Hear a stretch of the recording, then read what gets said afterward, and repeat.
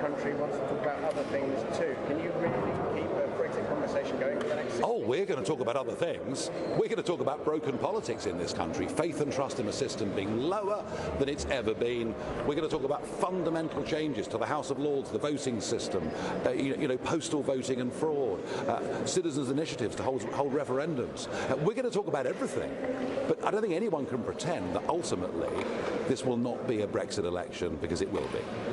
Is that the thing that's going to be on voters' minds when they go into the booth and decide which box to tick? Are they just sick of Brexit? They're sick of it going on for year after year, and they'll be looking for a solution. Remainers will be looking for a way of getting a second referendum, and leavers will be looking for a way of leaving. And the point that I'm making is that Boris Johnson's EU treaty, his withdrawal agreement, simply isn't Brexit. It just kicks the can down the road for a further 3 years, does not get us out from the European institutions, and the longer the public have to look at this, the less they'll like it. And I'm just urging it, please drop the treaty. It's a general election, it's a chance to press the reset button, and if you go for an arrangement with Brussels based just on trade and not on politics, we will support you, the country will support you, and you'll win a massive majority. But if you're not prepared to do that, then clearly we have to fight in every seat. You talked about a Leave alliance fighting some seats and not others. What about the Remain alliance? How big a threat is that to you? Well, to some extent it's happening, isn't it? You can see local relationships building between the Greens and the Liberal Democrats, and in parts of Wales with Plaid Cymru. So there are some Remain alliances forming. Ultimately, though, the Liberal Democrats and the Labour Party are never going to do an alliance.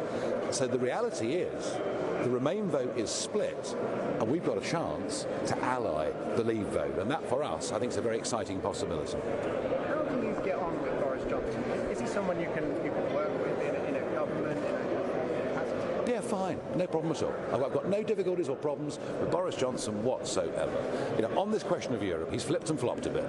He twice voted against the withdrawal agreement, he then voted for it. So he's shown his ability to change position, and now, Mr. Johnson, is the time. Drop the treaty and let's get on with a proper Brexit. And last one, you talked about fixing this country, the political system. Is one election enough to No. One election is enough to get a proper Leave majority in Parliament, to get Brexit, a proper Brexit delivered.